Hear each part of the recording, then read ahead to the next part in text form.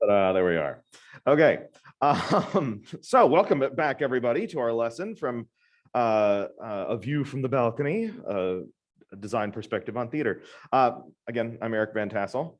A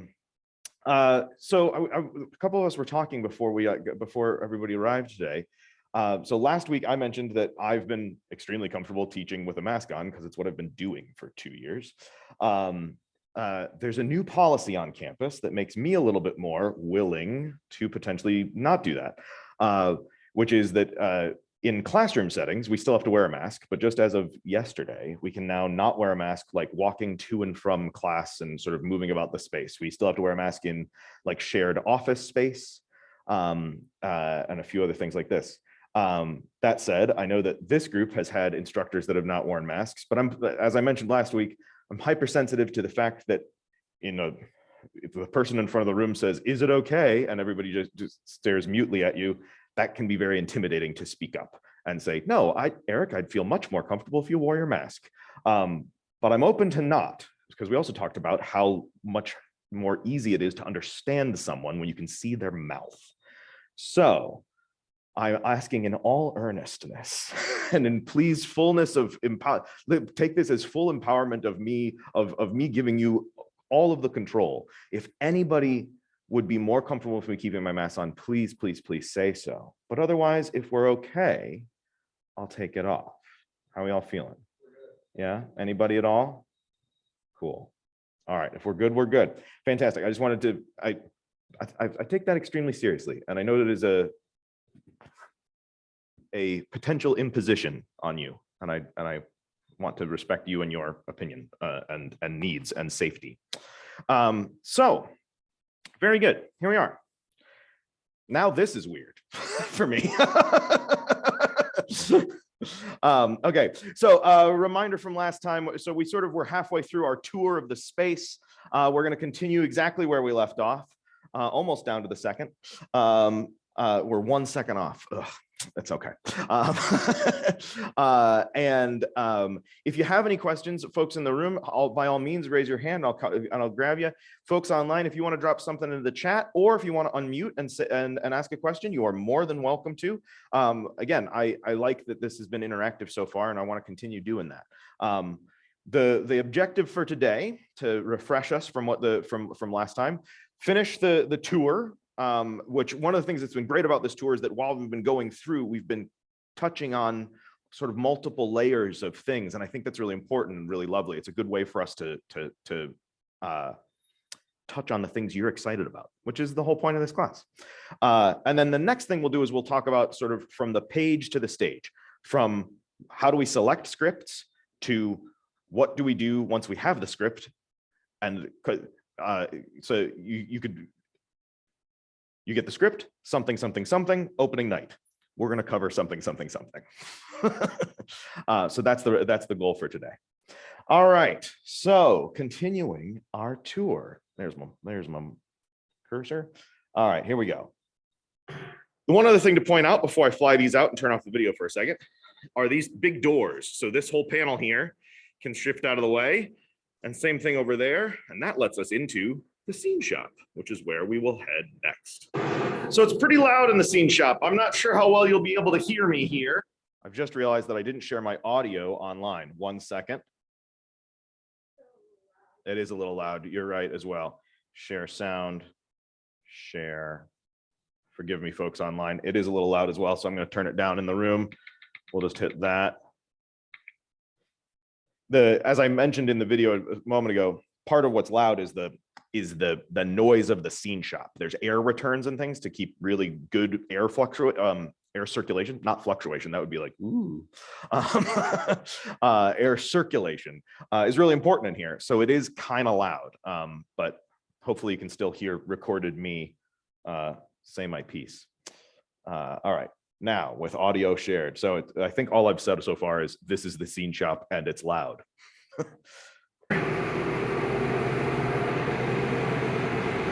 So this is one of the doors to the stage, where we just were. currently in process for a variety of things. So sometimes it's very, very clean in here, and sometimes it's a little bit more disheveled, as it is currently. But working tables, table saws, assorted other equipment.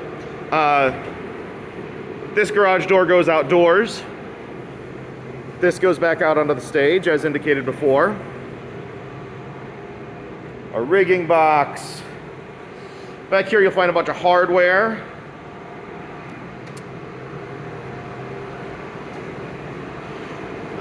If I were to open this up, we'd find a bunch of hand tools in there. And if I open this up, you'd find a bunch of power tools in there.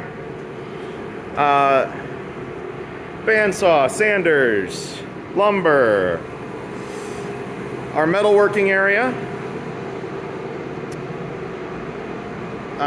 This is our paint shop. Again, a little bit in disarray at the moment. This is what it looks like when you're actually in production. Things get a little bit harried. And this is a paint bay, paint booth, that you can turn on a fan in here so this is ventilated. Good place for spray painting things.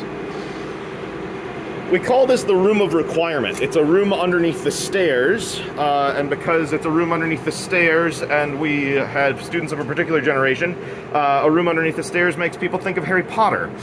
So the room of requirement is the space underneath the stairs in our world. And we've got rigging stuff in here. Basically, if it doesn't seem like it fits anywhere else in the shop, check the room of requirement.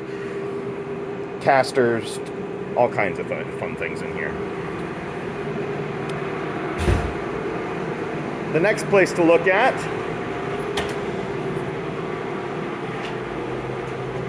is the prop shop. So when it comes to prop storage, we'll talk about prop storage in a moment. So, scene shop. It's a nice scene shop. It's essentially, if you ever took a high school shop class, it's that. And depending on the size and scope and scale of your shop that you took, high school shop in, it is either comparable or, more or less than. But it's everything we need for a professional scene shop. Again, not just woodworking, but also metalworking as well. I can't remember if I say this at some point in the tour, but we at Hope employ students to work in all of our shops.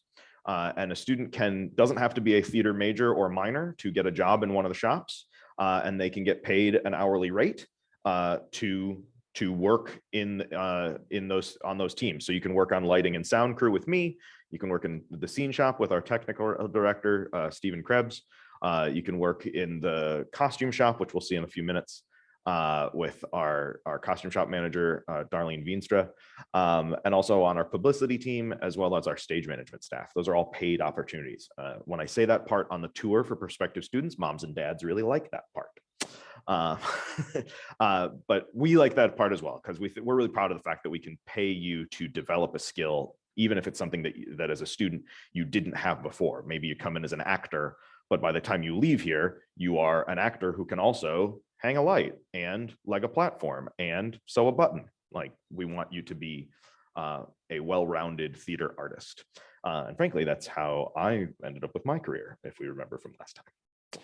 Any questions about the scene shop? Very good. We'll continue on.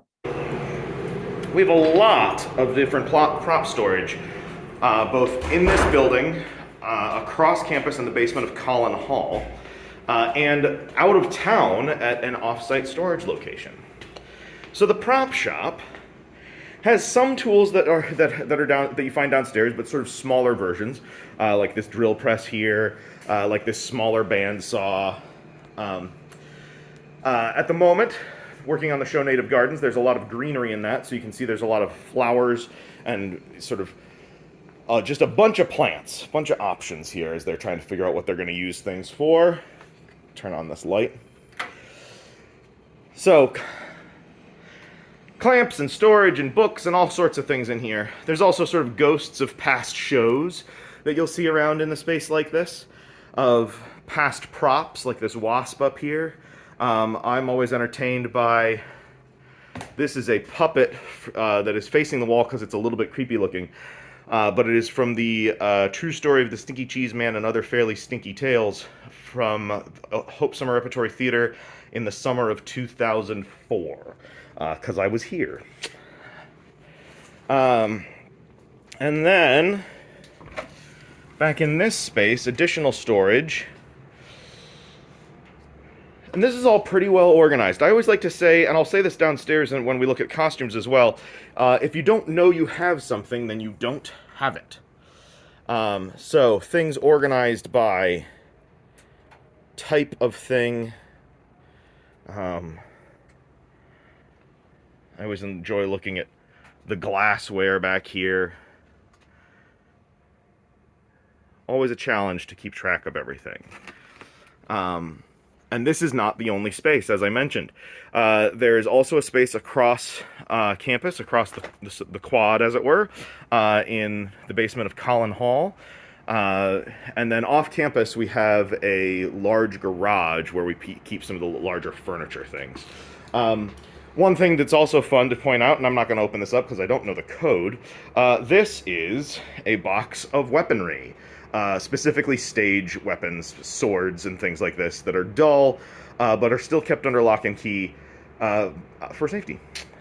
And there's also some like replica guns that look like real guns but are not able to fire that are also stored in here and elsewhere. But again, those are kept under lock and key. So,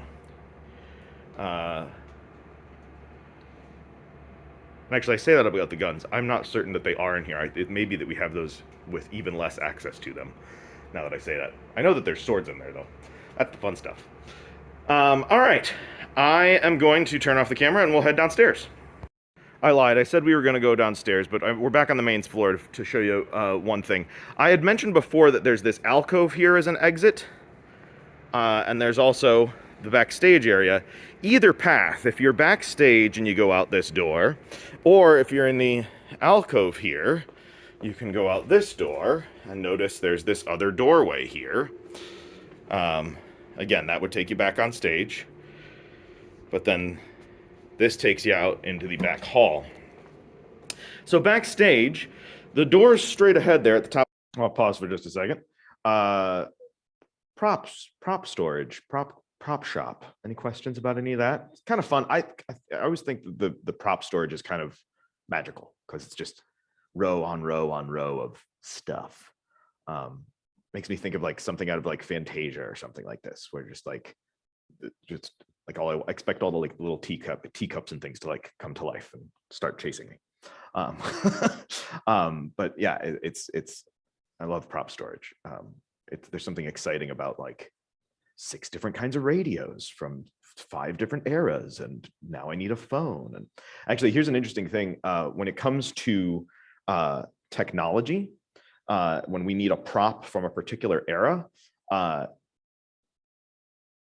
we have a lot of mid-century modern stuff, right? If I need a phone or a radio from the 1950s, the 1960s, we can find those pretty easily. Even something from like the 70s or 80s, like it's people collect those things. It's nice to have, so it's often it's kind of times that we have something like that. 10 years from now, finding this phone will be very hard because we don't keep these. This is not like an iconic collector's item. This is a thing that I buy or I pay off slowly, and then I have paid it off fully, and then the new one comes out, and I wipe all my data off of it and give it back to the company so that they can use the pieces and parts to make other things, and I get a new one. And we don't keep these generally, like we humanity. Which means if I need to find a laptop from 2000, if I need to find a cell phone from 2005, that's hard. But we have shows now that are written about 20 years ago. One of the show we did last spring was called Ordinary Days, and it was set in about 2005. And like the #1 phone in the world was the Motorola Razr, one of the last flip phones that was like the major seller flip phones. And we have one, but it's rare to have a bunch of those things because of the way we use technology and the way we keep and don't keep technology. So if you have an old BlackBerry or an old cell phone that like you didn't give back to a company or whatever, we might take that off your hands when it comes to donations. Just it's interesting how those things work. Otherwise, we can, the nice thing about something like this is that it's pretty easy to make something that looks like a real phone out of wood because from a distance you can't really see that. You don't need to see that this is doing anything. Yeah, perfect. I called my parents. Yeah, doesn't matter. But it's kind of interesting the way that works. Question: are you always looking for specific items? Do you accept donations? We do. So yeah, as I just mentioned, we do sometimes accept donations. Not sort of always looking for specific items. It sort of depends on the show, right? And the challenge always when we get donations is, and this is especially true with the costume shop, I would say probably not a week goes by that we don't have a donation to the costume shop of some kind. And a lot of times we can't keep it, not because it's not cool or because we don't like it, but the building is only so big. We are out of space. So that there's always this challenge of when's the next time we'll use this? Do we have anything else like it? If you don't want to be the company that every single show we need to find a reason to use that red umbrella because all we have is red umbrellas. Like that would be, why are there all these red umbrellas in every show they do? Well, because we got a whole mess of red umbrellas. But so we have to balance, what can we keep? What does it make sense to keep? Yeah, and I think I even mentioned this in the video as well. But it's a fun balancing act because yeah, if it's red umbrella, we can probably find pretty easily. But if it's something that's going to be hard to find, then we might really want it. So always tricky. Yeah, question. How do they go about that? Yeah, good question. Who searches for the props and how do they go about that? So typically the scenic designer is in charge of making a choice of what props we need. We then have a prop head of props. Oftentimes people used to use the term and still do sometimes use the term prop master. We're trying to sort of eliminate the word master from our general sort of correspondence in the theater world, just because it can be associated with slavery, which is not a great thing to be mentioning on a regular basis as we try to be more welcoming as a society and as a arts industry specifically. So props head is typically trying to execute the design of the scenic designer. So they collaborate on what do we need, what do we have in stock, what do we need to go thrifting to find. Yeah, our props head currently is a student and she's a sophomore and she's phenomenal. Can't say more nice about her. Her name's Carol. She's great. I don't think Carol will ever see this video, but it'd be nice if she did, just because I like saying nice things about Carol. Yeah, so always we're working on something. Other questions? Very good. All right, continuing. So we are backstage now, and I'm gesturing to the set of stairs at the end of the hall there, and I think I'm going to tell you that leads to the lobby. One would think that's what I'm going to say, because that's what it does. Up the stairs, that gets you up out into the lobby. And this backstage space has served us well for a long time, but it's going to get a much needed renovation coming soon. And if you'd like to be a part of that, I'm sure we could connect you with the development office, or they have a new name. The people that handle donations. The Office of Philanthropy, I believe, is their new name. I'd love to talk to you. But one of the things that's not great about this backstage area is that it's not handicap accessible. It is not ADA compliant. There's not a way for an actor to get from the lobby to the backstage area here without going over here and going outdoors. So part of the renovation that's going to happen is completely changing this hallway. And in addition to changing this hallway, changing the 2 dressing rooms and the green room and adding a dance studio. I'll show you one of the dressing rooms right now. Again, these rooms have served us well. They're beautiful, very functional. Very glamorous.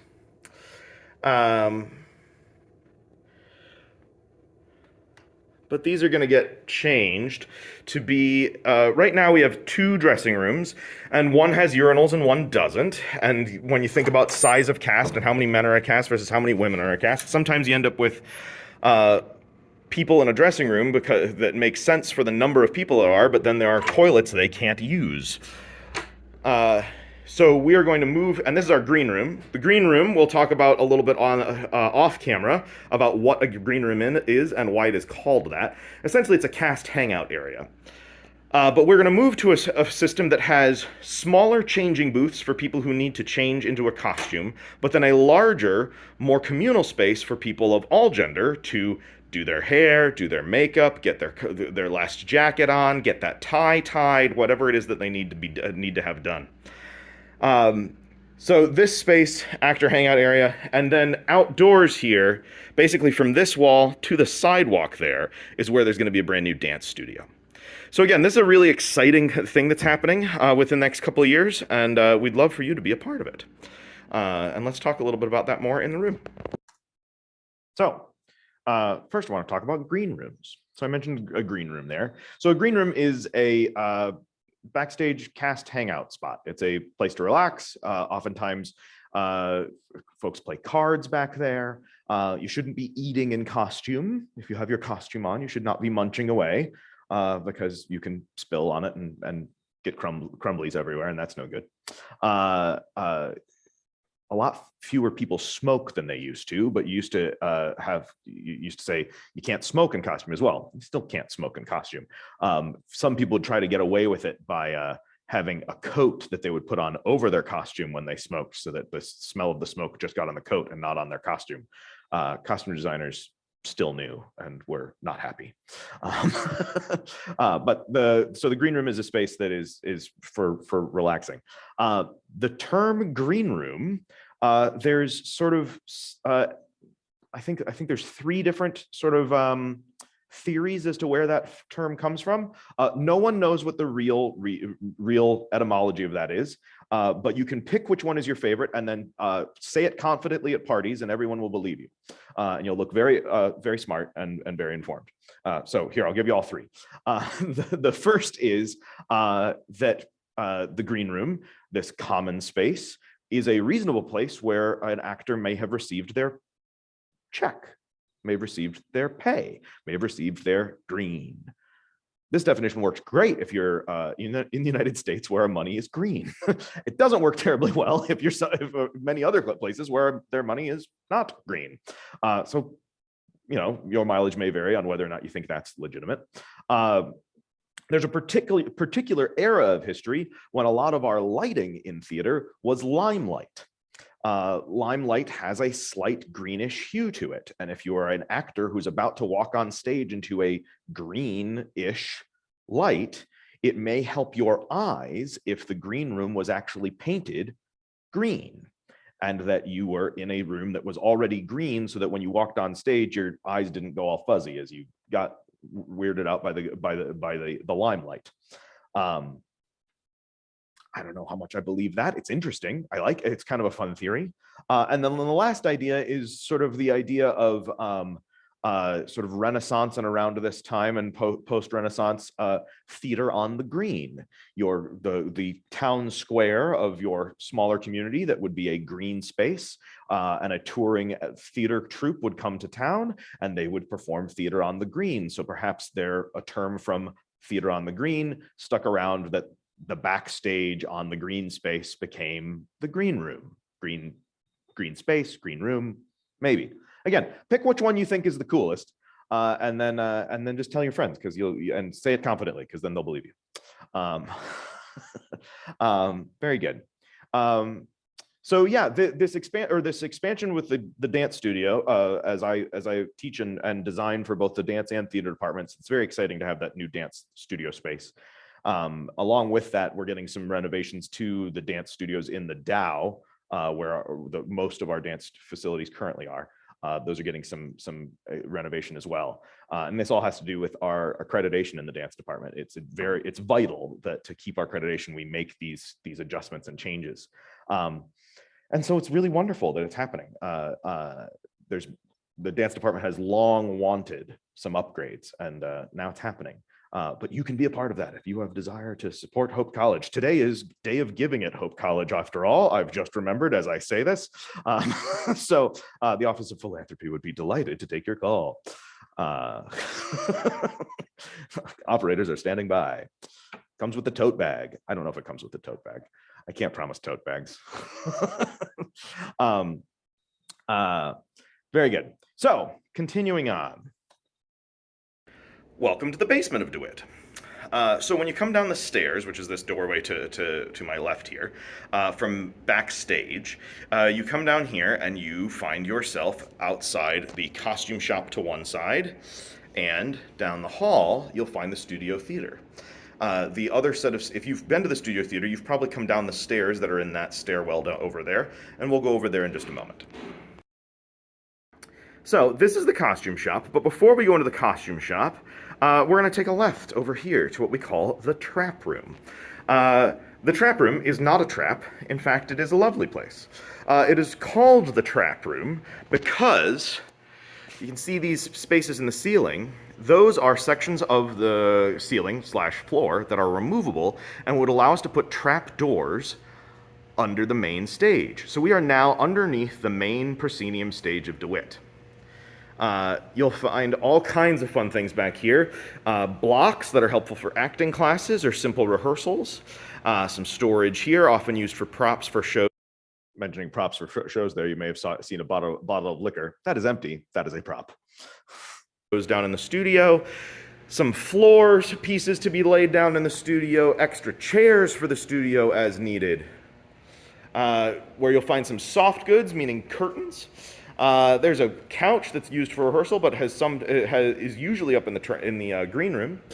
Bunch of lighting storage, lighting and sound sort of domain over here. These large carts are very heavy. We sometimes call those meat racks.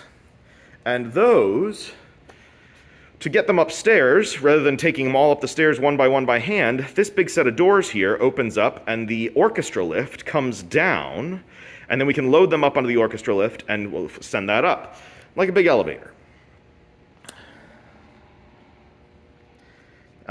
There's a piano here. This one's not a real one. This is a thing that is made to look like a piano, and you can take out these fake keys and we can put a keyboard in here.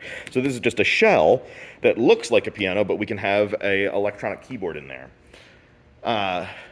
That is a laundry basket, a hamper that is very red from when we did Sweeney Todd several years ago. Down here, well, and also from just like the general murders that we do on a daily basis. No, just kidding. It was from Sweeney Todd. Also find some hanging practical lights, options for things that have been collected over the years. If you've seen a bunch of shows at Hope Summer Repertory Theater from a specific era, you might recognize these stairs. They were used for about 5 seasons. This section, this set of platforms here, that is the thrust deck, the floor for the new thrust that we've just recently purchased. This is the dance floor that will be getting installed this week, getting ready for tech rehearsals for the dance concert that is upcoming. And up here we find just other platforms and things that are in stock for other productions. Back here we find all kinds of fun stuff. Carpets and lumber and staircases and pieces of stairs that just need runners. And what are things this is always a debate in the theater, is what is worth keeping and what is worth getting rid of. When's the next time we're going to use a fire hydrant? Probably not for a long time, but I bet it was really hard to get this, so this is worth keeping. A table of this size. Hard to find something that is, that looks to be about 10 feet long. That can be challenging to find in stock someplace. So it makes sense to hang on to it from a past production. Back here we'll find windows and doors and some tall flats that are walls, essentially. Yeah, this is a fun space. This is fun for me because every once in a while I think that I'm not going to explain something and I think, oh, I should pause and explain that. and then I explain it. Like I said, flats, and I thought, oh, I should explain what flats are, and then I said, essentially walls. Yeah, good job, me. Good job, past me. Way to explain the thing and use the term in a sentence. All right, continuing. We'll make our way back out of here, and we'll head back towards the costume shop. If you saw Eurydice this last fall, here are some pieces of that set, because this bit of truss that was constructed for that is very functional and can be used for a lot of different things, so we decided to keep that. Making our way back out of the trap room.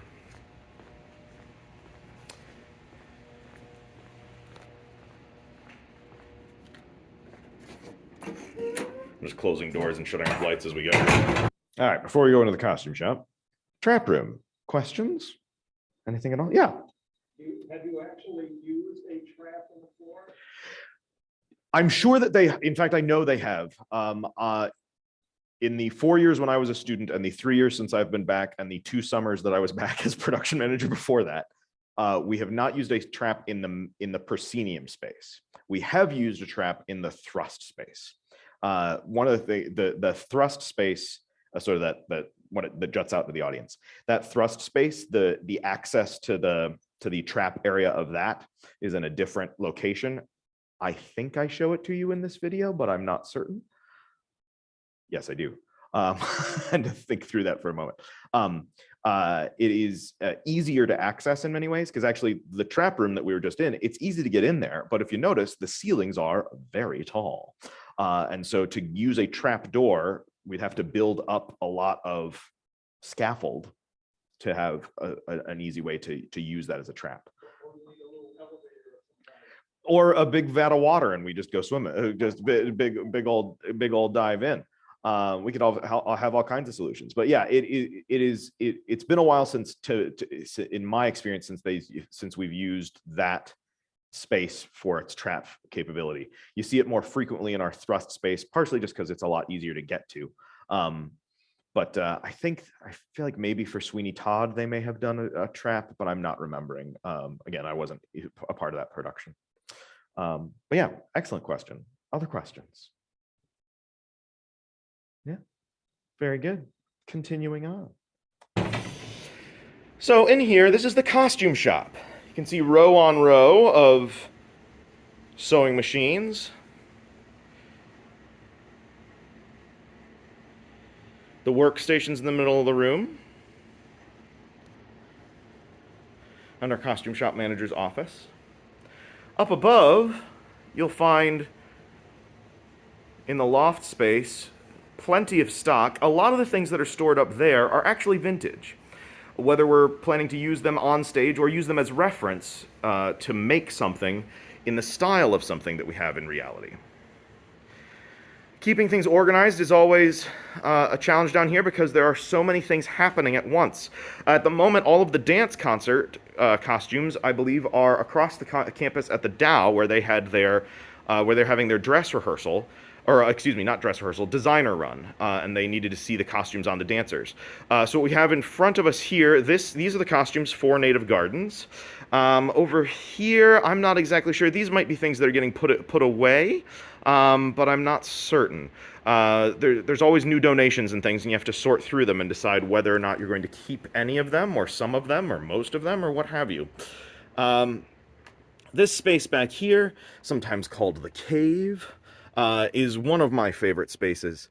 I like it not only because it is very well organized, but also because as a sound designer, I don't know if this shows up on video, but it sounds very different in here because of all of the soft fabrics and surfaces absorbing the sound. So things organized by color and size and style. Would you like a backless vest? How about a black vest? How about a gray or brown? Or white or tan? Or yellow or red? Or rust or orange or green or blue or purple? Or weird patterns? Or heavy duty or western or ethnic or fantasy or peasant? If you want a vest, we've got your number.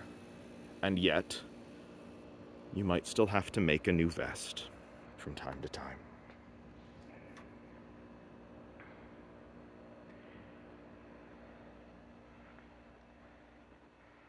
Again, making our way back out of here.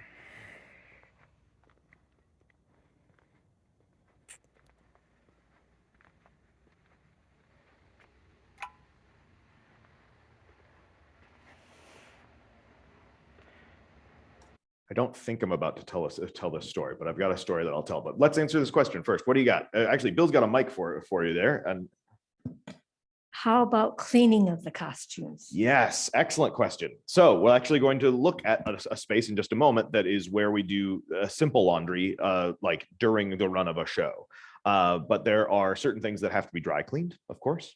There's also certain things that you can't dry clean and can't wash terribly well because they are so delicate, or were constructed in ways that maybe there's glue in things sometimes. Typically, we like to do things without glue, but especially costume that meets where costume craft comes together. Like, for example, if you saw The Wiz a few years ago with Hope Summer Repertory Theater, the Tin Man, that was made out of rubber floor mats, like in many cases. So it's not something that you can just sort of like chuck into the washing machine. So a lot of times when we need to wash something or need to clean something, at least to get the stink out, as that might feel like the most important thing, we have a spray that we use. That spray, one of the major ingredients, is vodka.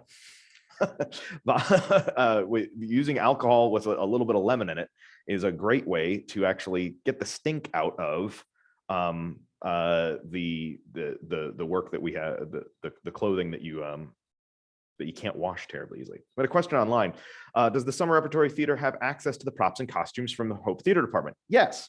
So during the summer, there are certain staff members that are full year staff. Faculty, we are a 9-month appointment. So I'm technically off contract during the summer, and yet I'm expected to continue to do research and continue to further my knowledge and career. It's a very confusing sort of delineation. But I don't officially work for Hope Summer Repertory Theater unless I am contracted to do something for them. But we sort of hand over the keys to the kingdom to all of the folks that come in for the summer theater that work from all across the country. And they come in, and we have somebody who is the head of props for the summer, and head of the scene shop for the summer, and head of lighting and lights, and head of sound, et cetera, and head of costumes. And so those people then continue to maintain the existing stock.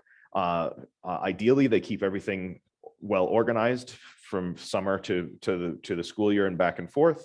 And that handoff in and out of the summer is a smooth process. There have been years where that has been less smooth, and there's other years where it's more smooth, and it varies depending on who's doing what. But generally, I think actually currently we're in a really lovely spot. The last several years, that pattern has been really strong. I'd like to think that it has something to do with the fact that I was production manager for 2 summers of HSRT just a few years ago. And I joke, but in all seriousness, I do think that me having that role as somebody who had a direct connection with HSRT and Hope Theater as a student gave me a specific understanding of how those two needed to function well together. So yeah, an excellent question. A recent story that our costume shop manager told me that I thought was fascinating. As I said before, if you don't know you have something, then you don't have it. She got a phone call from a director named James Saba. Jim hasn't been at HSRT in probably a dozen years, at least a decade. And he called Darlene and said, "Hey, 15 years ago, we did a show in Hope Summer Repertory Theater, and the vests that we had in that were great, and I was wondering if I could rent them and ship them out here to California with the theater company I'm working with now. Do you happen to have them?" And Darlene said, I have no idea but I'll look where they would be if we have them. And she went to exactly where they would be if we have them, and she had them, because she knew exactly where they were supposed to be, and they were there because they hadn't gotten rid of them. So if they're going to be anywhere, they're going to be here, right? and then was very pleased to find them and was able to rent them back to him and ship them across the country and get them back, and no big deal. That's the trick. People have asked before about inventory. Do you have like just a card catalog list, right, of like every single garment, and maybe a photograph of every single garment?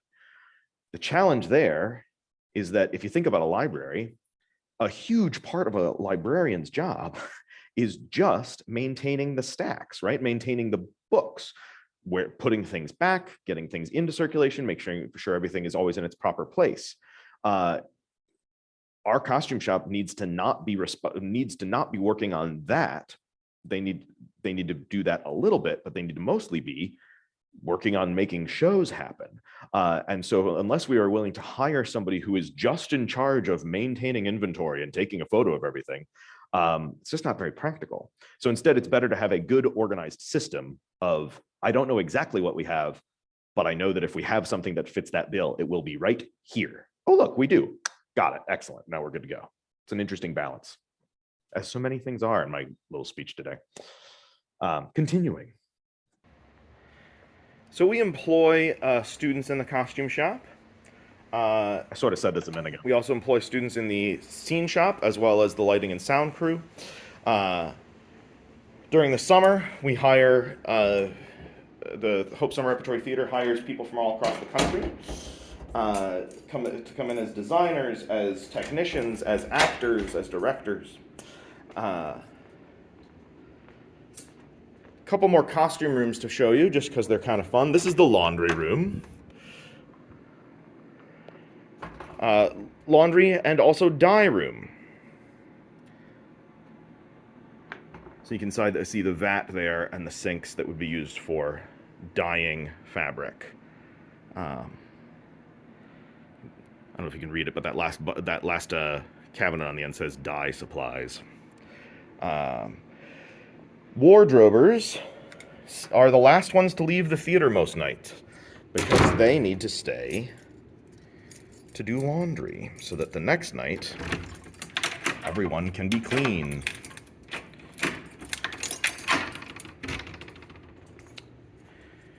One last costume room to show. This is called the Vault, but many people just refer to it as the shoe room.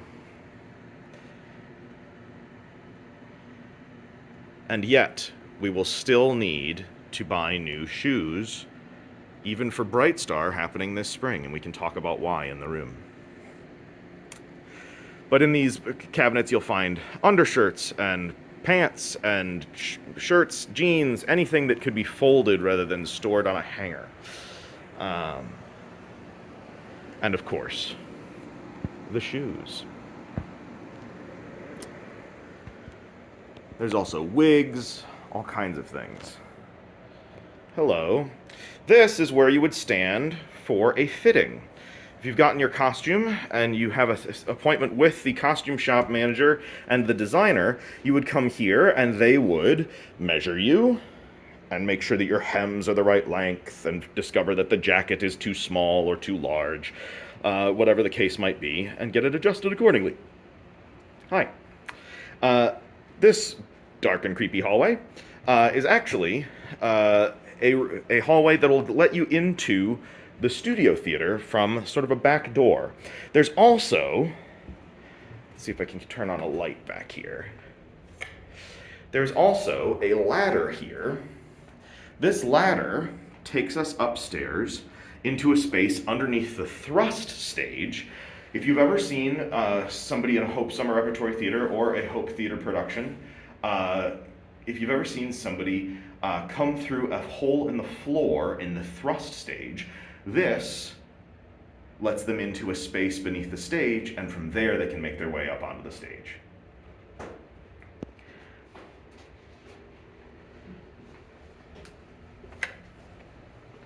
A very glamorous hallway, clearly. I'll pause for a moment there to talk about shoes. So there are so many shoes. And yet, like I said, we will be buying shoes this spring for Bright Star, this musical that we're doing with music, story and music by Edie Brickell and Steve Martin. It is a show that is set in the 1920s and 1940s. It bounces back and forth between the two. And women's shoes in particular are a particular style of this era. There's a certain amount of heel, there's a certain shape, there's a certain look to them. And of these two different eras. And so we're going to have some folks that are dressed a little bit more 1920s and some that are dressed a little bit more 1940s. And it's also, they're primarily rural folks in this musical. And so there's a different, we're not looking for flappers here for our 1920 gals. So you can look through all those, hundreds of pairs of shoes, but how many of those pairs of shoes are the right period and are the right style? And then are any of them the right size? So then you look at them and you figure out and you take them down. So one of the first things that we do, even if we haven't gotten measurements of all of our cast members, one of the first things we ask is for shoe size, because just for rehearsal, it's very helpful to rehearse, especially for a show like this that has a lot of choreography. It's very helpful to dance and rehearse in the shoes that you will be wearing for the show. We don't want anybody falling down or fall down early in rehearsal rather than, right before you jump on stage. That's no good. We'd much rather have you have many weeks of recovery. But yeah, all that to say, we almost always need more shoes. And yet it makes sense to keep a bunch of these shoes because, boy, isn't it nice when you're lucky? Out of this cast of 23, if we only have to buy 10 pairs of shoes, that's actually great. If we have to buy 23 pairs of shoes, that's a lot. We probably don't have 23 perfect pairs of shoes for those 23 people. But if we've got 15, ooh, that's a win. So we'll take it. Yeah, continuing. And last but not least, this is the Studio Theater. So the Studio Theater is currently set up for Native Gardens, our show that is happening currently. It's a black box space. We can set it up any sort of which way we'd like. If you're familiar with Hope Theater or Hope Summer Rep, you've probably seen shows down here. For this particular show, I'll point out that our booth, where our stage manager and technicians sit, is going to be back there, and they cannot see the stage from there. So there is a camera that is placed right there. I'm gonna get my finger out of the way so that the camera can focus on that. And that feeds to a monitor. This monitor today is going to be moved backstage so that our stage manager can see the whole stage from here. It's also got a blacklight camera or a infrared camera so that it can see when the lights are off. So even when the lights are off, she'll be able to see what's happening out here and call her lighting and sound cues accordingly. At the moment, we're set up for tech rehearsal, meaning that these tables are in place for our technicians and designers to sit at during rehearsals so that they can be working on their various things. And we'll talk more about that next class. And that is that. Thanks for coming on this tour. We'll talk more in the classroom. Very good. So that's our tour. I'm going to stop share for a moment so you can see me a little bit bigger, folks online. So yeah, hopefully that gives you a little bit of sense of what our backstage is like. If you've never been backstage at a theater before, that's a pretty good representation. One anecdotal example does not perfectly represent all, but the reality is that is one sort of basic shape that a lot of theaters function under. Yeah, in most spaces, you're going to find a scene shop. As I mentioned last week as part of the video, sometimes that scene shop might be across town, and you have to put everything onto trucks to get it over here once you've constructed most of it. You probably have a costume shop of some kind. Maybe you have a lot of costume storage. Maybe you have very little costume storage. You probably have some lighting inventory. Is that stored in the basement? Is that stored upstairs? Is that stored backstage? You probably have some backstage space. It may be very large. It may be rather small. Sometimes you have the ability to fly electrics in and out and battens in and out, as we saw. Sometimes you don't. It really depends on that theater company's sort of space and ability to do things. But all that to say, you're going to find something similar to all of these things in all of those spaces. Yeah. Any other questions about all of our tour that we sort of made our way through last time and this time? Yeah. Can I do a quick plug for Native Gardens? A quick plug for Native Gardens, absolutely. The second weekend, folks, if you haven't seen it, please try to. It's really good show. Yeah, Native Gardens it's in its second weekend this weekend. If you haven't seen it, it is a really lovely show. We have not much seating available in this production just because it's that small space. So we can only have 75 seats in there. And we can't even like slip other seats in because we have as of recently, we have a closer, better, more healthy relationship with the fire marshal, which is actually a good thing on a lot of levels, but it also means that we can't fudge it and like, oh, let's just tuck an extra chair into the corner.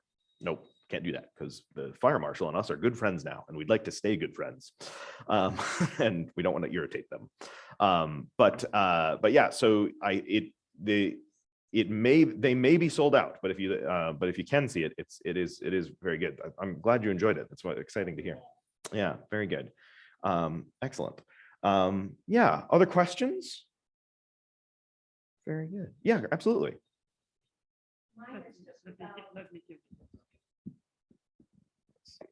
Mine is just about, are there special rules that actors are given that they have to follow in their employee in a program?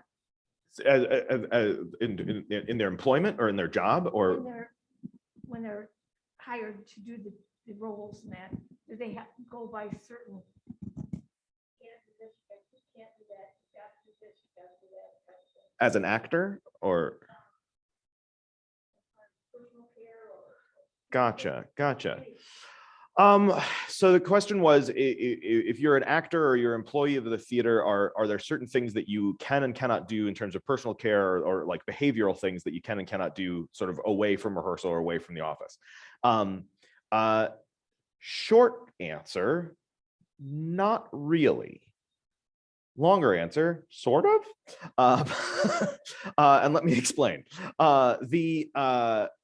So for example, this last summer for Hope Summer Repertory Theater, they had some pretty strict regulations regarding COVID and COVID safety protocols. And that largely came from the Actors Union.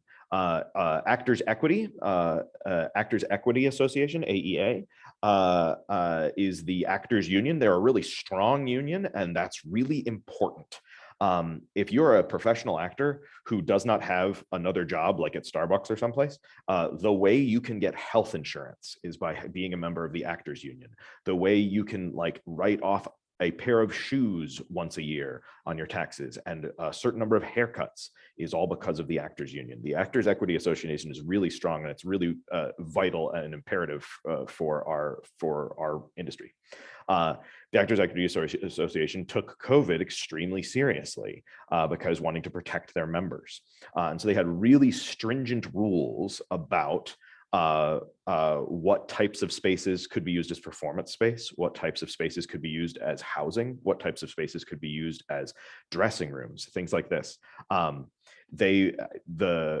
We had somebody come to check the air handling, sort of the air circulation in our different spaces. It was a requirement of Actors Equity that we do that. And the gentleman who was the technician who did that said, I usually only have to meet this level of quality in a space in hospitals. That was the level that Actors Equity was demanding.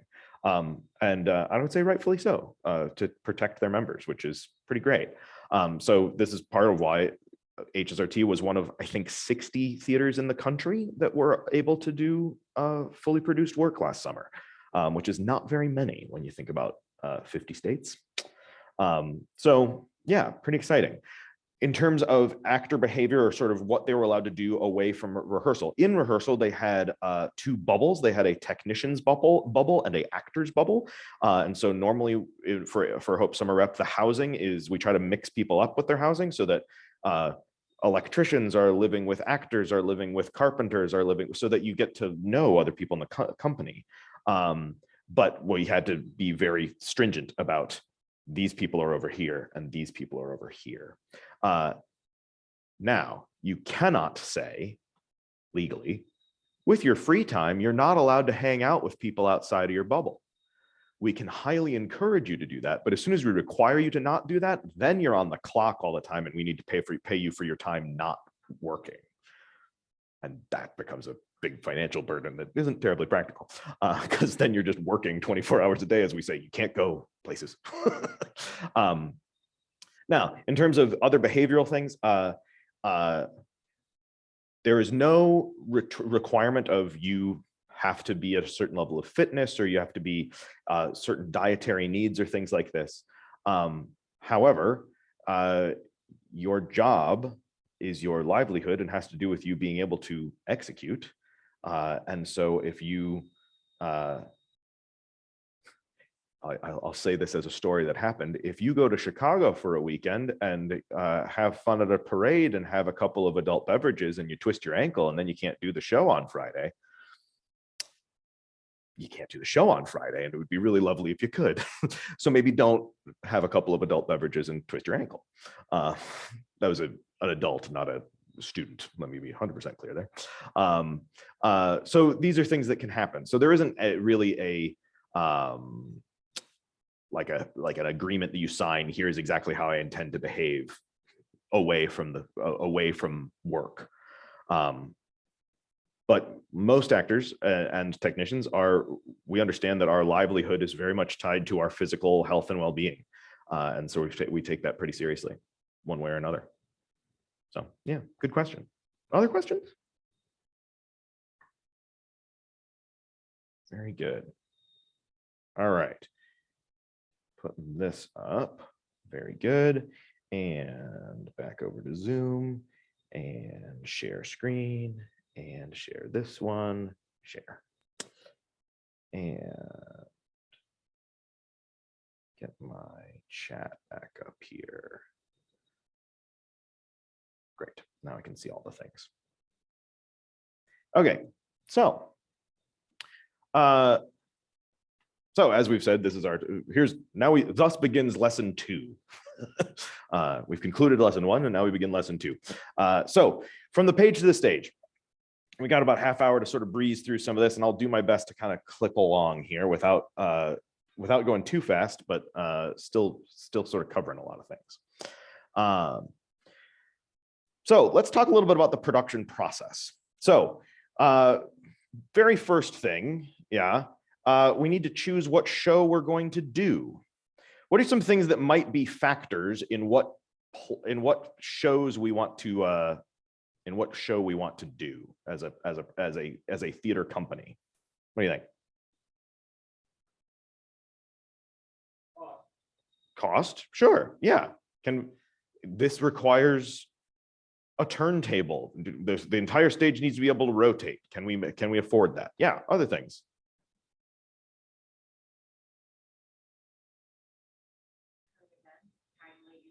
Timely issues. Very good. Absolutely. Great one. Audience appeal. Yeah, absolutely. We are cognizant of the fact that we do shows in Holland, Michigan.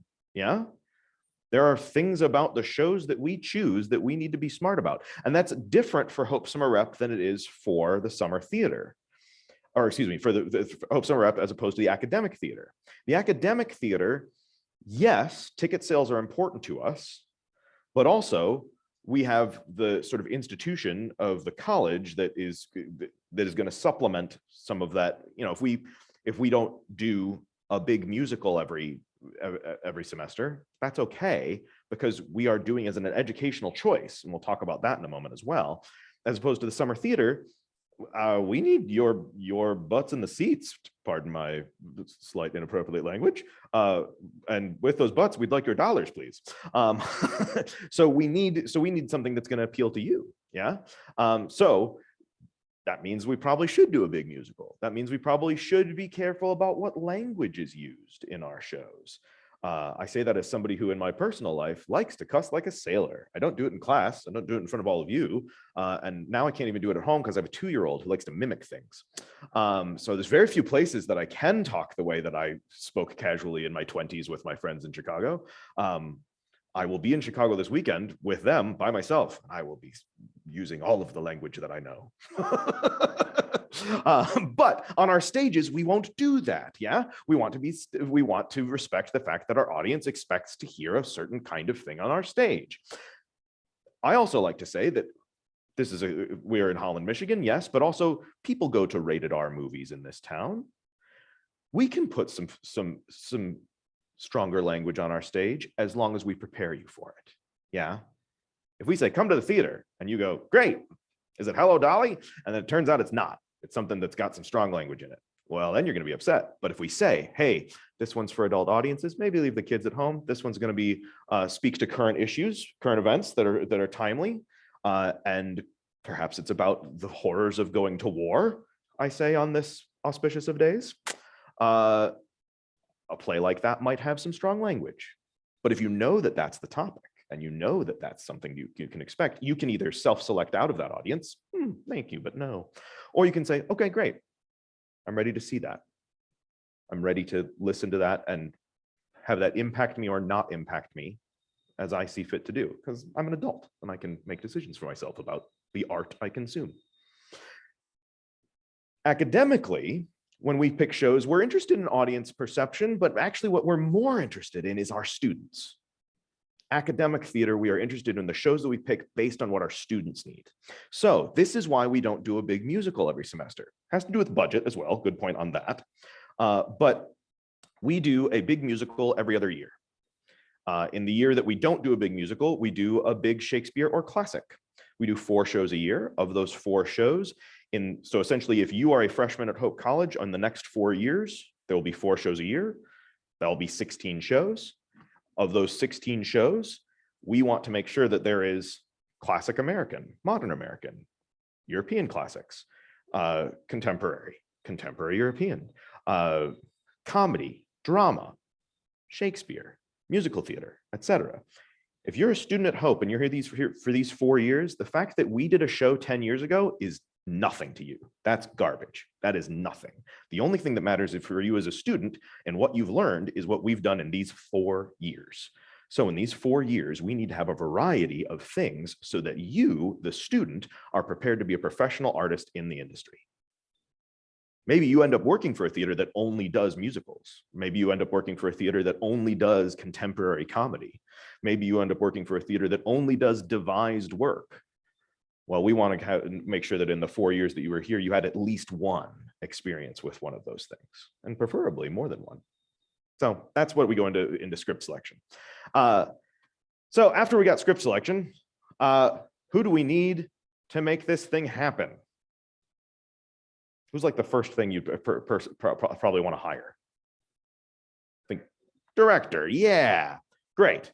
So in our professional world, if we aren't in the academic world here, in the academic world, presumably we've already got all of the like staff head roles for sure.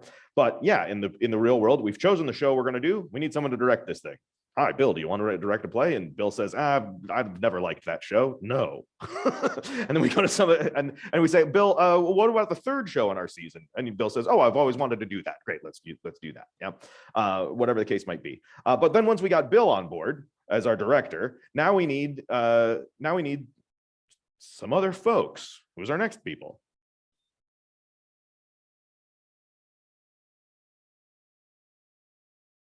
If I was going to perform it right here, I wouldn't need scenery. I wouldn't need lights. I wouldn't need costumes. I wouldn't need any of that, but I would need actors. I would need to do some casting. So we do auditions. Yeah. Auditions, that process, you've probably seen something in film or television that's made jokes about this, because everybody in film and television likes to make jokes about their own industry. It's very funny to us.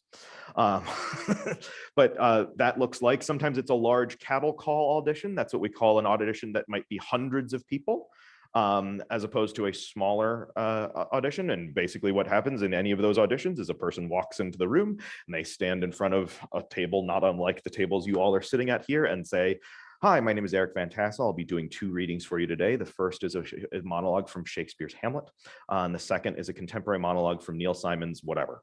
And then you do the dang thing.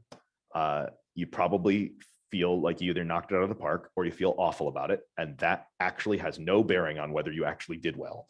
And then you walk out of the room, and that's that. And then you have to just, the good advice for any actor in that situation is then immediately forget it. You cannot get your heart set on the fact that you're going to get that role. And you also can't get your heart set on the fact that you did it really well or really badly or anything. You just have to move on with your life. And if you get a phone call that's saying that you got the job, great. Being an actor is really hard. A lot of resilience there. So we've cast the people, we found our actors. Now we need to start rehearsals. This is where your director is working with your actors to figure out, where are you going to stand? How are you going to stand?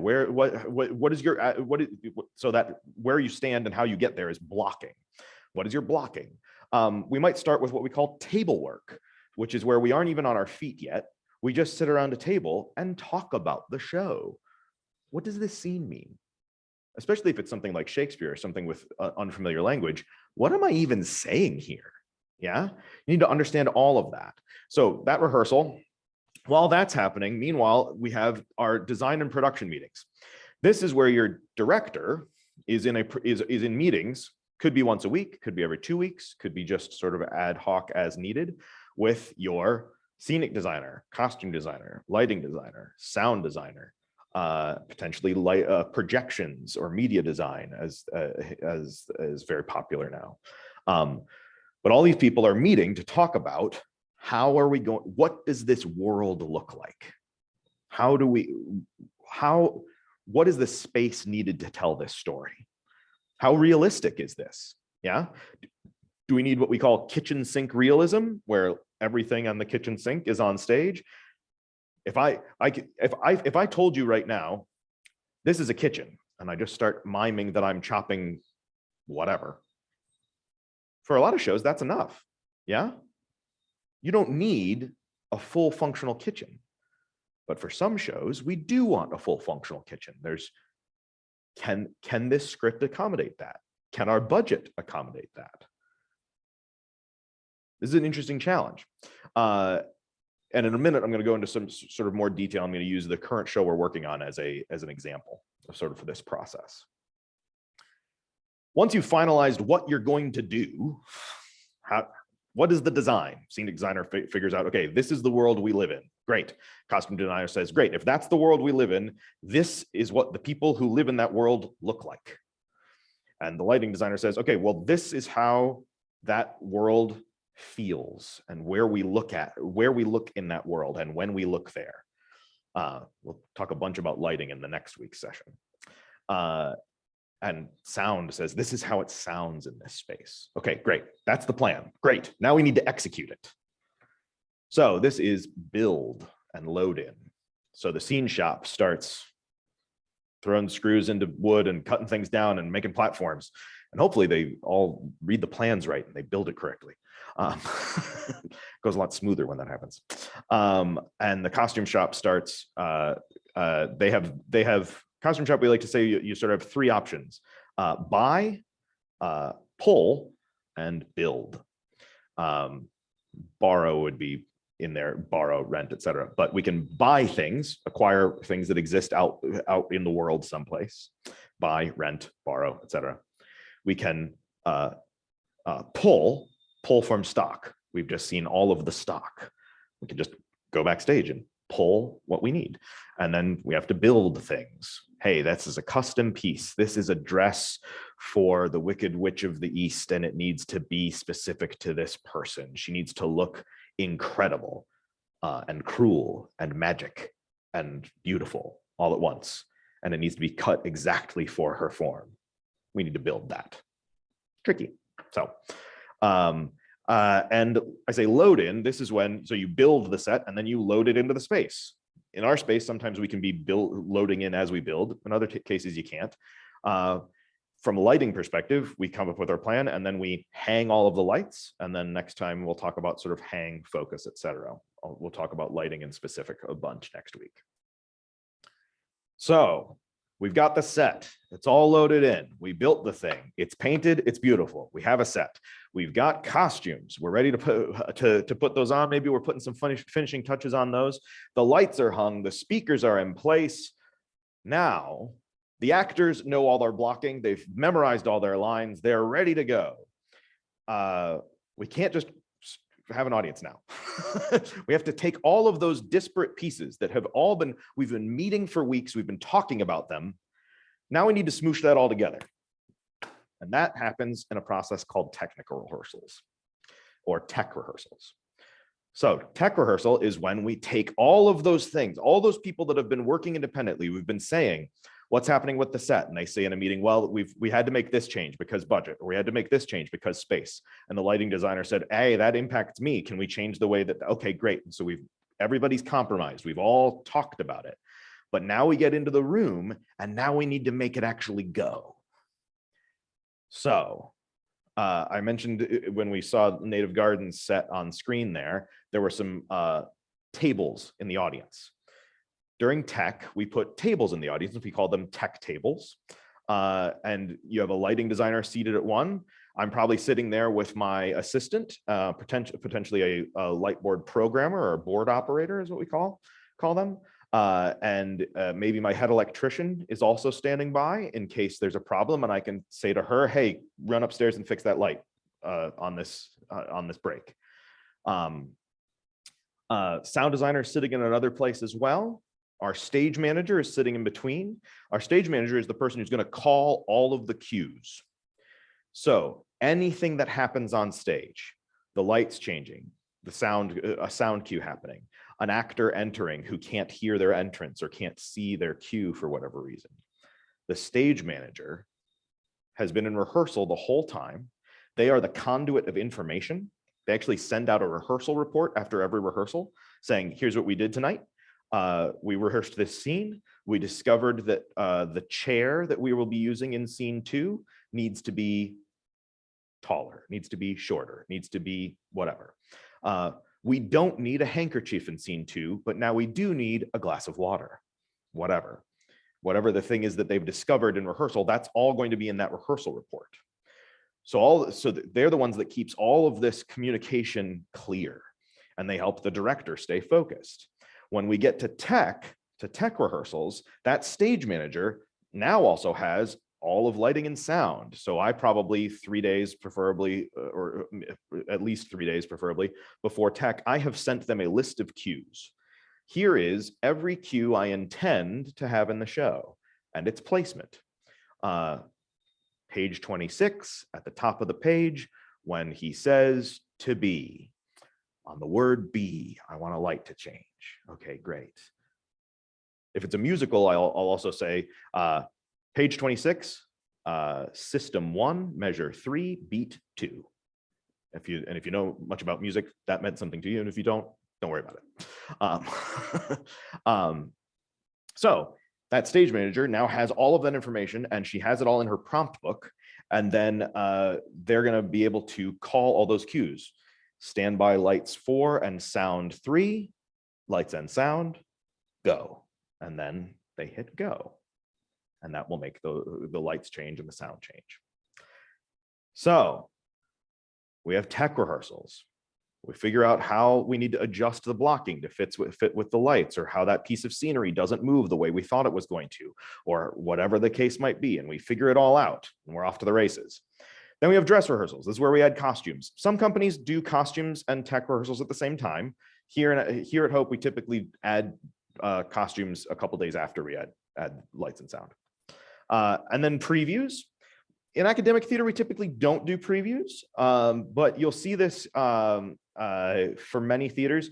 You'll see it for Broadway, and you'll see it for a lot of theater companies. I just recently have done 2 shows at Meadowbrook Theater outside Detroit.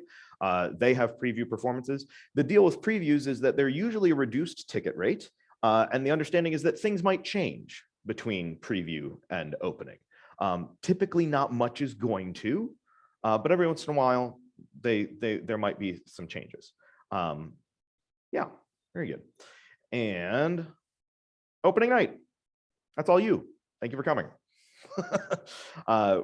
Theater is kind of unique among things in society, and that it is not complete unless we have an audience.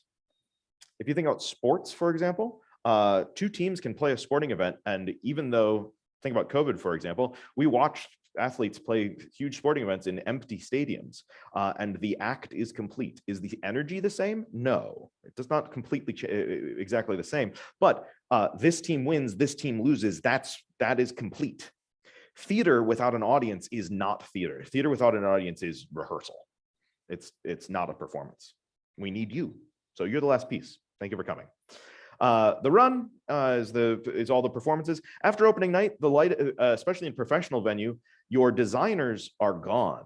My job's done. Again, we'll talk more about lighting next time, but the light cues are in the board. Somebody just needs to hit go to make the next one happen. I don't need to make any changes. The stage manager just needs to call those cues and they happen. The director oftentimes leaves town also. They don't need to be working on that show anymore. It is done. The actors and the stage manager have it. The stage manager's job is to maintain the production after the director leaves. So if you've got an actor who has started making a choice that doesn't fit with the show anymore, has fallen into an old habit that they fixed in rehearsal, the stage manager might come to them and say, hey, we need to adjust that. It needs to go back to the way that it's supposed to be. And then the last thing we need to do is strike. Earlier I talked about unions. This is a different kind of strike. This is take it all down. This is we need to take apart the set. We need to save potentially some of it, but also get rid of a lot of it. In some ways that can feel rather wasteful, but there's not really a better solution in many cases. Do we need another one of this exact set? We don't. So we're going to get rid of it. So we have a big dumpster out in the back, and a lot of it goes in the garbage, which is always kind of sad. But there's something wonderful and beautiful about theater, that it's so ephemeral, that you saw this performance of this show, and no one else other than however many people were in this room saw this performance, and only these people saw this show. And you can see another production, but you'll never see this company and this cast and this design team do this exact thing ever again. It's kind of fascinating. It's an interesting thing when you compare it to film or to visual art. Yeah. So we'll look at this briefly. I don't want to spend too much time on this, but this is sort of a sort of artistic sort of flow of duties. Hang on, share screen for the people. Hang on, new share. That one, don't need to share sound, but we will anyway. Here we are. So this would be for a musical because we've got a choreographer and music director listed up there. But you can see that we've got all of your designers down on this sort of second level down here. Really, you can see that those designers, just the way that flow chart works, are definitely directly on par with the stage manager. We are not sort of subservient down here. You can see that we are all technically up here. This was just out of a textbook, and the document gets rather wide. But yeah, you can sort of see that each department, scenery has a head carpenter, lighting has a head electrician, sound has a head sound technician, costumes has a costume shop manager. You have different shops, you have a run crew. These are the people that actually are backstage during a show. So you can see that even at Hope College, even in our not a professional environment, I would like to think that we are training our students to operate in a professional environment. We have all of these folks. A lot of them might be students, and a lot of them are faculty and staff, but it takes all these people to run the thing. We're going to skip through this directorial approach. Your director has to have a concept. They define a thing, and we move forward. I will say briefly that the director might make some bold choices about things like period or a central image. If they say, I think that this whole show is summed up by this image of a ship, a shipwreck, even though the play is not set in a sailing environment, they might say this story is about a family in crisis. I think a shipwreck is a really beautiful image for this show. That gives the designers an interesting idea. Okay, if this family is dealing with their life as a shipwreck, according to this director, maybe the scenery has something that makes me think of that. Maybe the lighting has colors that makes me think of that. Maybe the costumes have a slight hint, even though it's set in contemporary in this world. Maybe the jackets all have epaulets. Maybe some little choice like that. We don't want it to feel like a gimmick, but we want it to feel cohesive. Yeah. This is also the one slide that has the most writing on it, and so I wasn't proud of this one anyway. We're just gonna skip past it. So let's talk about research and design. Sort of this is the process, those production meetings. This is where we get, when I think about from the page to the stage, this is the part that takes a lot of diligent work and a lot of communication. So we find ways to communicate our ideas to other departments, to other designers, whether that be via Pinterest. Pinterest is this great thing online where you can actually share. It's sort of like having a bulletin board, except it's all virtual. And let's actually look at that. So you can do some research presentations, preliminary designs, costing. That's like, how much does it cost to do the design we've come up with, and then make our final designs. And then we can always make some edits. So let's talk examples. Here is.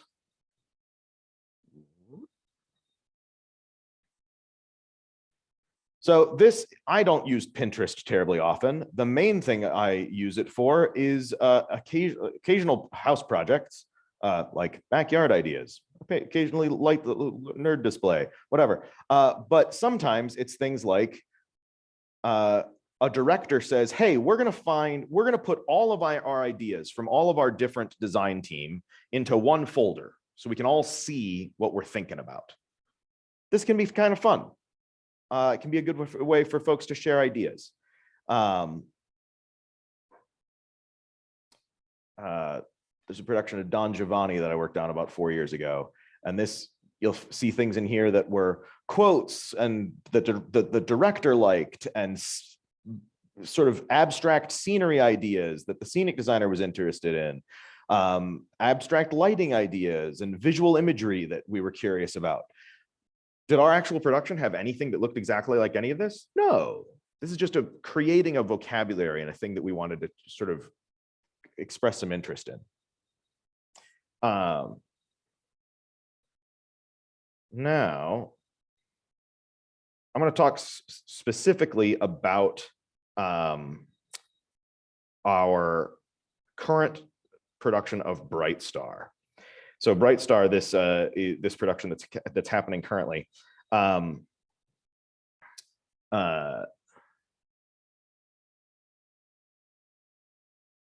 So we've just started rehearsals in the last 2 weeks. We have an outside scenic designer that we're working with, and this is some of his preliminary design work.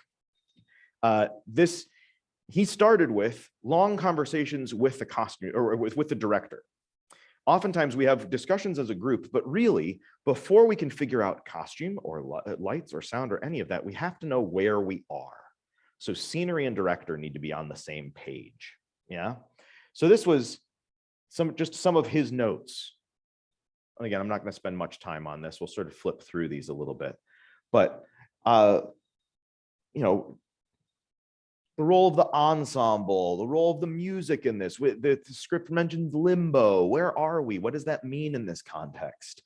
The where's the band going to be? Are the transitions really clean and crisp, or are they sort of more fluid? And then he has just a few images of some very early images and ideas of things that the music is bluegrass inspired. So he's looking at this, he's looking at lighting a little bit, not because he wants to tell me how to do my job, but because sometimes lighting is scenery. When it's, what type of lamp, what type of hanging, thing is in the space. Yeah, do we like the image of a barn? Do we like some of this? So these are, isn't it great that there's all these signs, all these little pieces of bric-a-brac, all these little bits of detail, some historical research from the South in the period that we're talking about, these 20s and 40s. And so that was some of his early work. Similarly, our costume designer, let's see here if I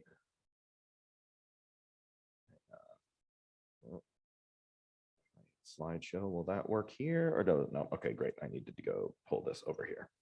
No problem. Bloop. So our costume designer did some similar work.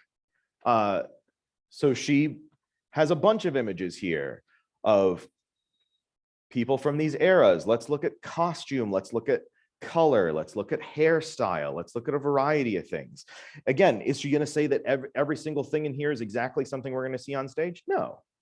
But this is research. This is, what does this world look like? And it's letting the other designers know that. Also, when we get to beginnings of rehearsals, I mentioned shoes before. Here we are in shoes. We need to show the cast, because the cast for the first several weeks of rehearsal is going to be rehearsing in an empty room with at best, one of these plastic chairs that you're sitting in, and pretend that it's a wooden, rocking chair. So they need to have a vision of what this is. So we might be showing concepts, we might be showing research, we might be showing actual renderings of things to cast members, so that as they are in rehearsal, they can be thinking about these things. I'll close that for just a moment. And then again, I'm actually I'm going to skip over my lighting stuff. I could show you the lighting things, but we can spend more time with that next week. Instead, I want to show you a little bit more of the scenery work. So this, our scenic designer, he's trying to figure out, what does this show look like? So he's built a model. What we're seeing here is a model, what we call a white model, because it doesn't have any color on it. And this is a rough early version. Some things changed after he did this. This is part of his process. He's built a thing that's, about this big, and that, for probably 18 inches square. And he is lighting it or putting some things in Photoshop, but sort of thinking through, what does the entire show kind of look like? What does each scene look like? How does this scene relate to the next scene? Can this space that I've come up with actually serve the entire show? And everybody's process might be slightly different. And again, it's possible that all of these ideas might be in the show, or none of them might be in the final show. And again, I'm not going to go through the whole thing here. Some of that can become eventually he starts doing some paint. And with that paint, you get things like an email we received earlier this week. Hey, team, what do we think about color? Do we think it should look like this or like that? This is more realistic. This is more abstract. What do we think? And he got some feedback, and based on that feedback, when he built his final model,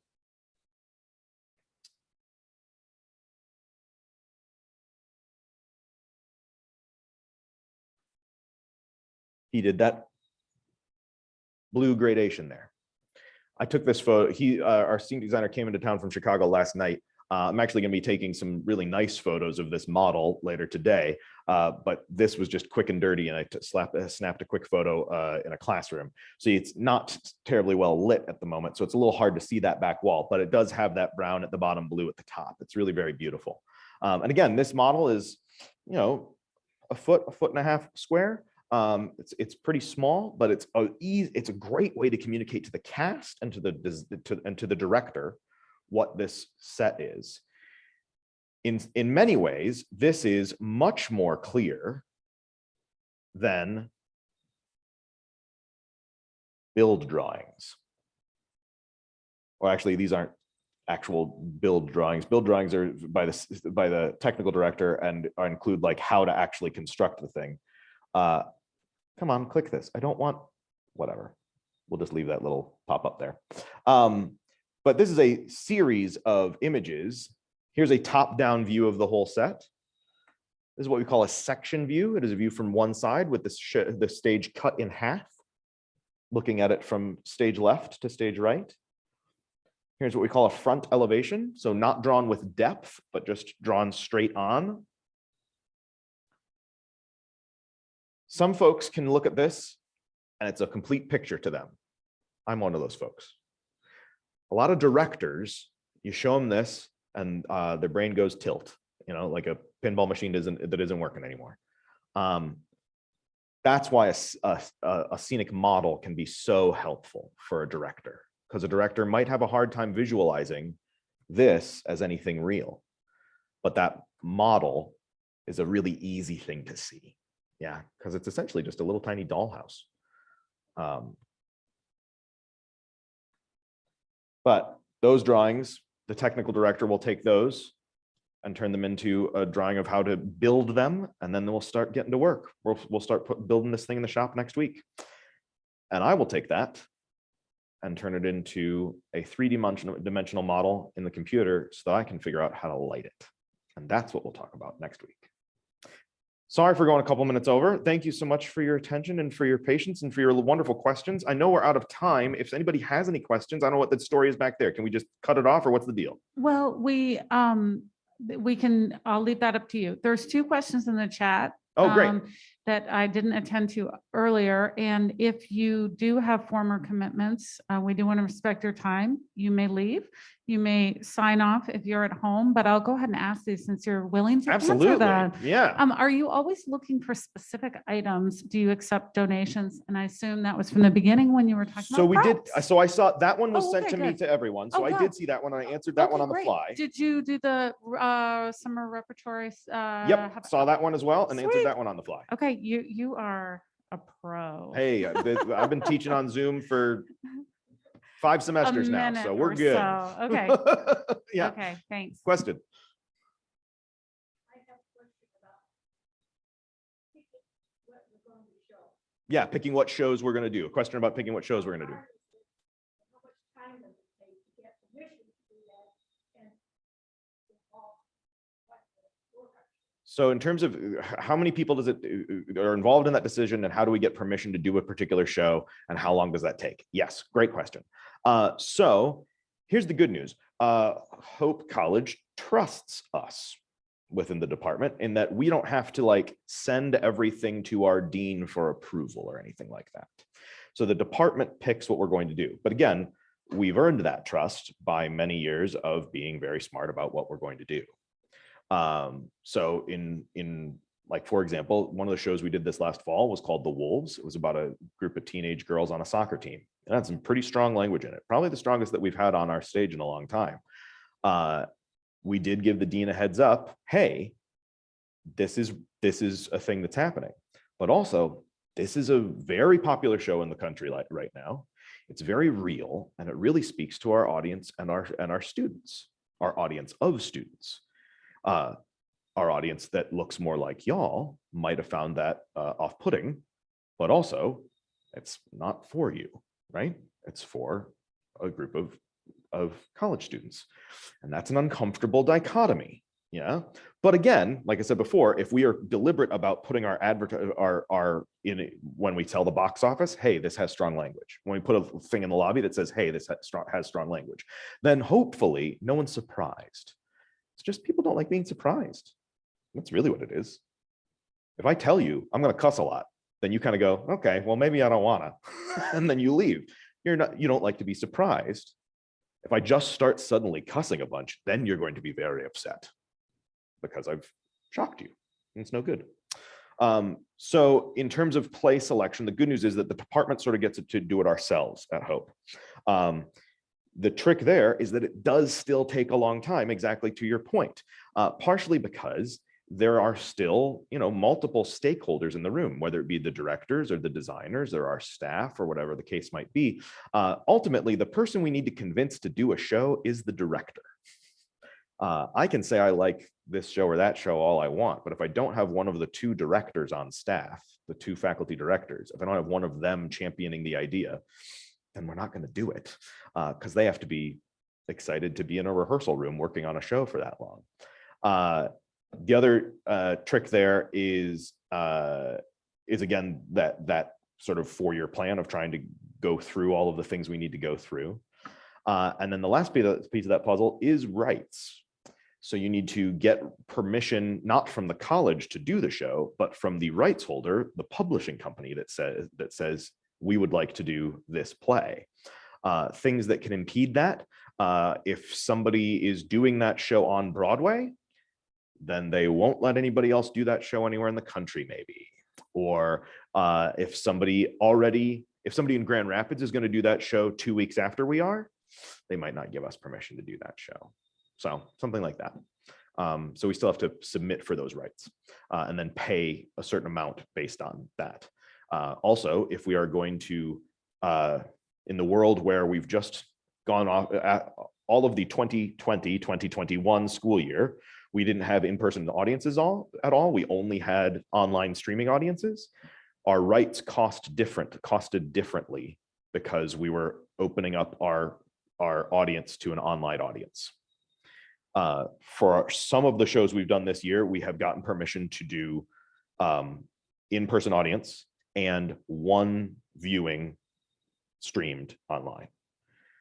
And then for some of our performances, like Native Gardens, we've done just in-person audience. We have not paid the additional fee for opening up one production for online viewing. So, yeah. Other questions? Yeah. So Bright Star looks like a proscenium with an apron, is it? Yeah, Bright Star. So the question was the Bright Star set as sort of seen here. Stand by. Bloop. Looks like a proscenium show with a little bit of an apron, meaning a bit of stage that comes in front of the proscenium arch, but not a thrust with audience on multiple sides. Yes, that's a good description. That's exactly accurate. So it is. We considered a thrust show for this for a variety of reasons. We decided to go with proscenium, but this set sort of would work well as a thrust as well. We would just sort of change the amount of the walls on either side. Ultimately, we decided that the walls help us in a lot of ways in terms of some fast scenery changes. One of the things that's challenging about a thrust show, particularly, excuse me, at Hope in the DeWitt Theater. Oh, great. We got a question online. I'll get to that in just a moment. Oh, we got a couple of them, actually. Excuse me. Oh, it's just one. Sorry, forgive me as I get distracted. One of the challenges of a thrust stage, particularly in our space, is how do you get scenery on stage quickly and off stage quickly? A lot of times in a thrust stage in other theaters, you might have the ability to have scenery come from the audience, come from the house, come up what we would call a vom, which it comes from the word vomitorium, which is Latin for to spew forth. So a vom is sometimes a great place for an audience, for an entrance from the audience, and you can bring furniture up onto that. Except that in our space, it's not a vom that comes up, it's a staircase that comes down through the audience, and you can't very easily lug a table down that, right? So a lot of times if we have to do a scenery change or something, we want scenery on and off quickly, it has to come from sort of upstage left and right.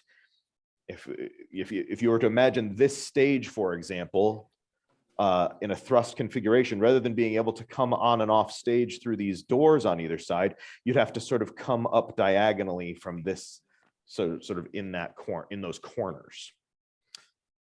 For a show as fluid as this is, it made sense for us to go to a proscenium space so that we had more options of entrances and exits, particularly for scenery even. And also in the thrust configuration, we don't have as much flexibility with flying scenery in and out, whereas in the proscenium, we do have that ability to fly things in and out easily. So a couple of reasons we went with this.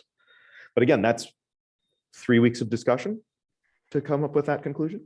So yeah, question on here. A number of years ago, I had a public relations intern who decided to leave and go to New York to work. Years later, he became the producer of Rent, Hamilton, etc. What does the producer do? Does Hope have producers? A great question. Okay, so a producer in the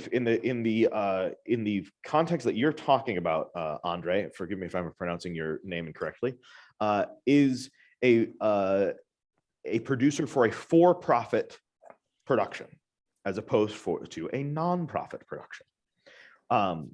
So Hope is academic theater, which is non-profit. But even that is sort of answer there. We'll take academic theater out of it for the moment, okay? The way a nonprofit theater works, nonprofit theaters, like I'm gonna use Chicago for an example, just because that's the sort of nearest large metropolis that has multiple theaters and I'm pretty familiar with them. Steppenwolf Theater Company, the Court Theater, the Goodman, Chicago Shakespeare Theater. All of these are nonprofit theaters. What that means is that they, as a part of their mission, have to do things that engages the community, maybe does things with youth, maybe does things with schools, something like this. But this is why you are able to donate to them. They have a document from the government that makes them a 501c3 tax write-off, so that you can write off on your taxes that you gave $100 to Steppenwolf Theater Company. The purpose of a nonprofit theater, it doesn't mean that they don't care about making profit. They absolutely do. They need that profit because they need to pay all of their employees. But a nonprofit theater exists to reinvest its profits back into the theater company, okay? We do this show, we take the profits from this show and we pay everyone involved, right? We pay the director, we pay the designers, we pay our staff, we pay our marketing team, we pay our ushers, we pay our box office folks, the people that handle your season tickets, all of those folks. We pay our fundraisers. I used to do fundraising for Steppenwolf. That's all, we pay all of those people. And any additional profits goes back into the company so that we can pay to do the next show, right? We make, this show does well. This show makes more than we thought it was going to. We pay all of our people and that puts our money back in to make the next show happen. And we can save some of that extra profit that we can then use to make the next show, et cetera, right? A nonprofit theater is designed to reinvest its profits back into the company so that the company can continue to operate in perpetuity, okay? They care about profit, they care about making money, but it's to pay their own people and then to reinvest in doing more theater. A for-profit theater company is what you see on Broadway. A for-profit theater company, so for example, the company that makes the Broadway show Hamilton, okay? That production company did not exist before Hamilton. A producer says, I'm going to create a company to make this Broadway show happen. I'm gonna make this happen. So that producer, finds a script, finds a playwright. Oh, Lin-Manuel Miranda, you've already won a Tony Award for your first musical that you wrote. You seem like you're an up and coming guy. Let's let's invest in you. You've been working on an album. Okay, we'll pay you to continue exploring this. Okay, now we're going to make a company and we need investors. Those investors give thousands, hundreds of thousands of dollars for that company to create Hamilton. Those investors, it's almost like investing in a like a startup tech company. Yeah. The idea is if this bombs as an investor, I don't get my money back. But if it does well as an investor, I get not only my money back, I might get far more than my money back. At this point, Hamilton is a multi-million dollar, hundreds of millions of dollars profitable organization. The profits, yes, they pay all the people involved, right? They have to pay to, they don't have a space. So they have to pay to rent the Richard Rodgers Theater in downtown New York City. They need to pay for all of the lighting equipment. They need to pay for all the set. They need to pay the costumes. They need to pay the designers. They need to pay the technicians. They need to pay all these people. But then the money that is left over, instead of being reinvested back into the company to make more shows, to make something else other than Hamilton, no, the additional profits go back to the investors, right? So they own a part of that company. And so they make back not just the money they originally invested. I'm going to use Bill because I only know Bill's name. So this is when I would normally use a student's name from the class. So Bill invests $100,000 in Bill. I'm the producer. And I say, I've got a script right here from a young up and coming playwright. I think it's going to be great.